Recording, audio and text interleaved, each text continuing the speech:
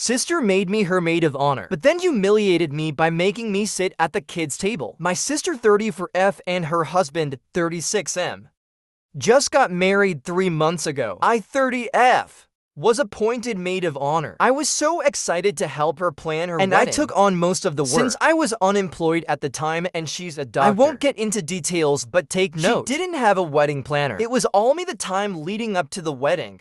I was miserable because of how the bride treated me. I felt like her own personal slave that she felt she could kick around because she's the bride. Just because you're a bride doesn't mean you get a free pass to be a bitch. Many times I wanted to just step out of the wedding party, kept telling myself to just bite my tongue and because keep the she's peace. Probably just stressed after doing so much for her. She refused to invite my fiance, even if we've been together for 12 years. But invited my siblings, partners who have been around for only 2 to 3 years. My sister and her guy dated for a year before they got engaged, so we don't really know him too well. She said she didn't want my fiancé around because people would be asking about my own wedding. They've all been wanting us to get married for a while, I refused to do any more work for her wedding until she apologized to me and invited my fiancé, which she did not exactly sincerely. But whatever, I was hurt. She wasn't even grateful for anything that I had done for her. And her dream wedding because it was expected of me to help. Cut to the day of the wedding and everything was fine. The ceremony was beautiful and the couple was happy. I was happy for my sister. By the time we got to the reception venue, I noticed that my fiancé and I were on a separate table for my family. They were at the VIP table, and I was cast aside to sit at the furthest table, right beside the kitchen. I figured there was a mistake, and I calmly asked the bride about it. Since she handled the seating plan, she looked me dead in the eye and said, "There's no mistake, that's where we belong.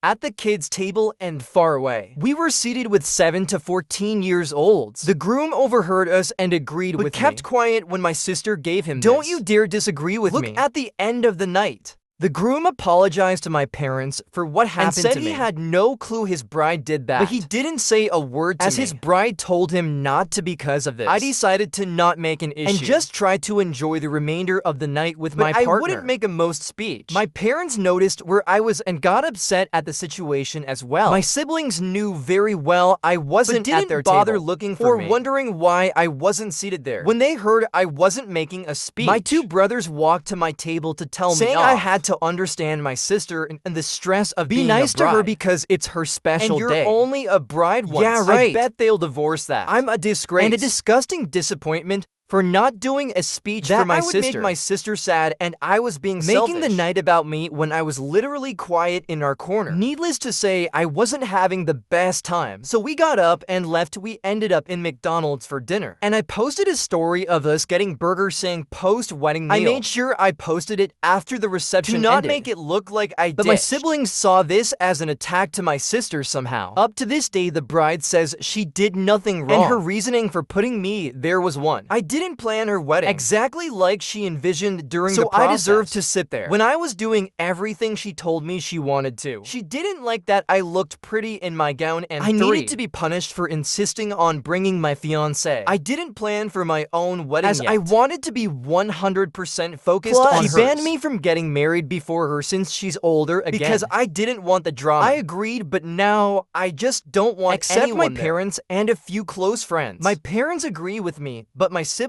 are upset calling me childish. But to be completely honest, I just don't feel like paying for shit people. Mine is a destination and wedding, my fiancé and I are paying for everything. These are our savings, and I don't feel like splurging on these people. Along with my grandparents and cousins, are all saying I'm wrong. Hey, if I was excluded from being a sibling at my sister's wedding, and no one cared, then why would you be upset if I excluded you in return? Relevant comments were up has replied, Echo Azure up. Wedding planning issues aside, one possible explanation for is that your sister really dislikes your fiancé up. In regards to my fiancé, there's nothing he did to her to warrant being treated so rudely. We started dating when we were quite young, and I, as well as my parents, love him very much. He was my best friend for a long time, and still is my favorite person to this day. My sister always hated that I had a boyfriend because she believed I would never get married. Because of my disability, I'm epileptic. Her husband was her first boyfriend, and she married him right away because she wants babies since ASAP. She's already 34, and her goal was to be married before to the 30. Point that she started planning and booking vendors even before he actually proposed to her. So basically, she's pretty insane. Her actions are always based on the jealousy. fact that I shouldn't be able to have hasn't things, had them first. because she's the eldest, i.e. boyfriend, engagement, wedding, kids, etc. That's why she said I couldn't get married before Because her. it was already a slap in I her got face. engaged younger than her. Basically, she hates that I'm happy. She doesn't hate him, she hates me. Update 1 high again. So I'll answer a few questions and leave a quick update. I 30F come from a family of 5 kids.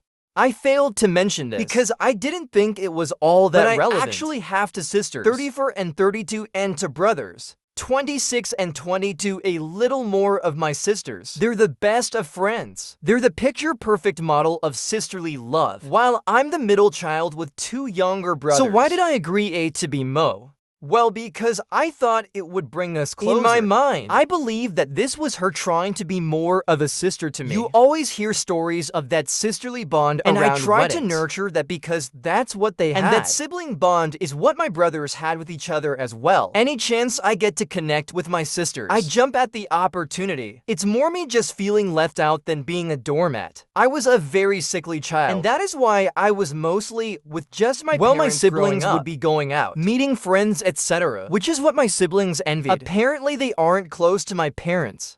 Brad had both of us as Mo because she couldn't choose just one. I later found out that I was always the second option. And I was just appointed Mo. So I do all the work while other Mo got all the praise. Which in hindsight, I should have seen coming.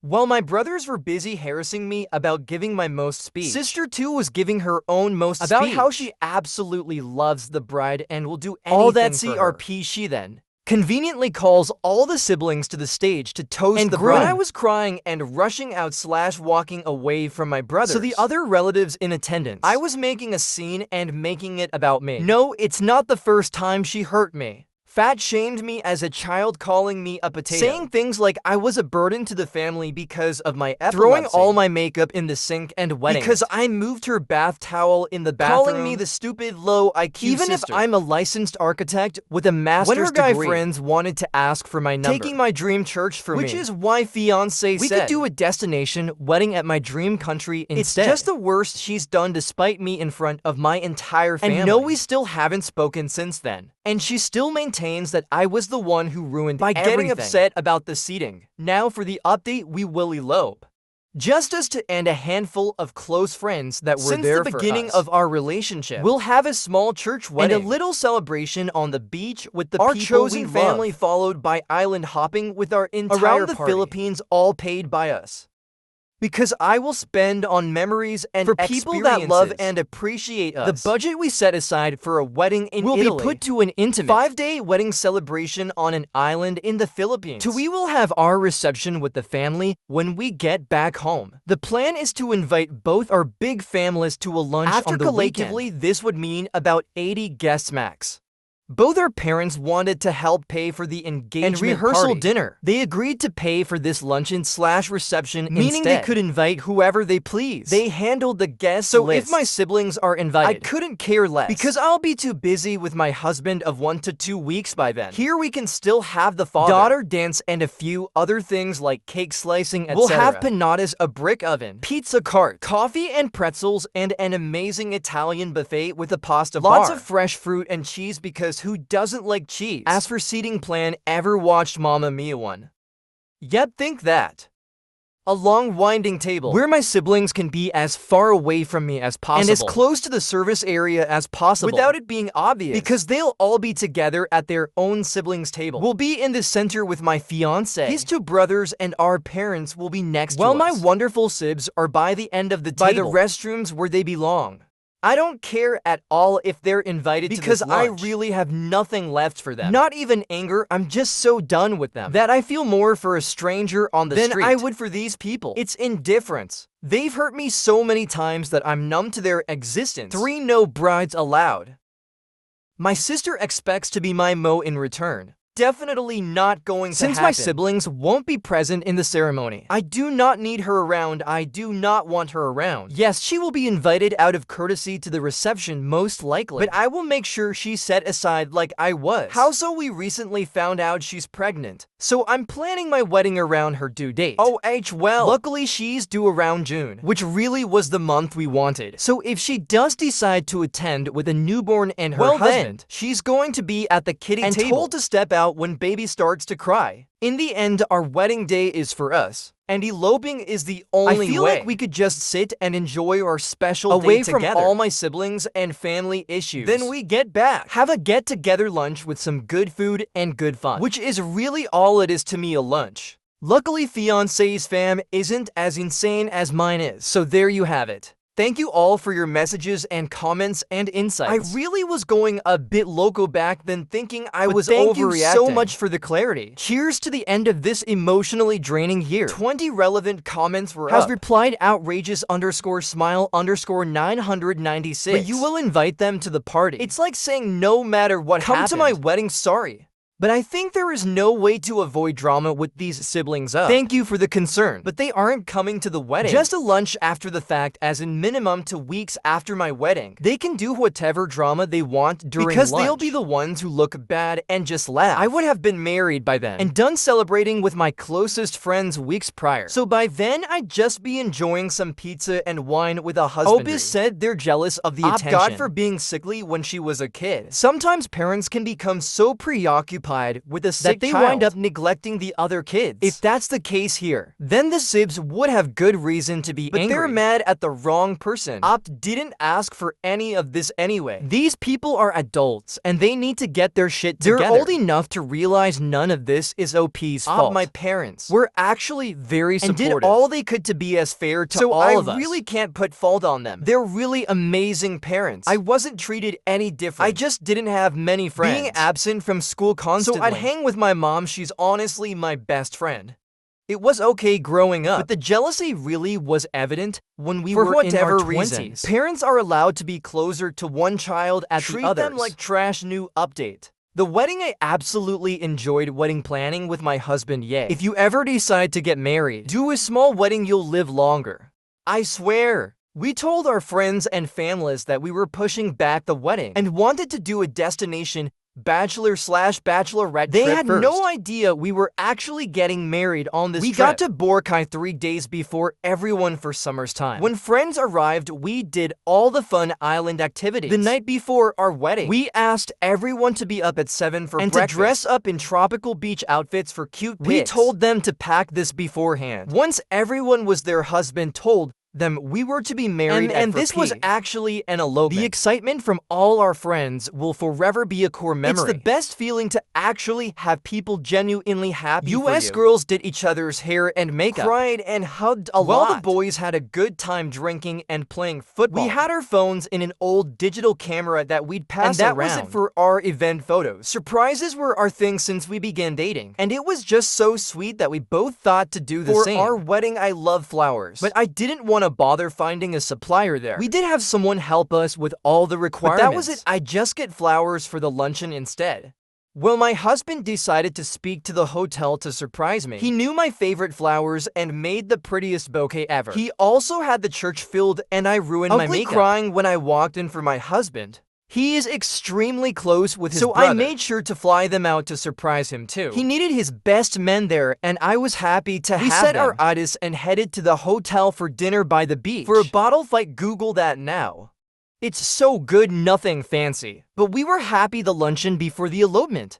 I sent my seating plan to our family GC because I didn't want them to make a scene on the day. Everyone thought these were the seating plans for our reception. Well, here's where my pettiness shows. My head table consisted of us, our parents, and my husband's brothers. All my siblings were at both ends of the long table. My favorite slap in the face, though, was a table for one way. In the back tag breastfeeding area with sister's name on the chair. She was livid. I simply said I was looking out for her. I expected she'd want some privacy. No hard feelings, just thinking ahead.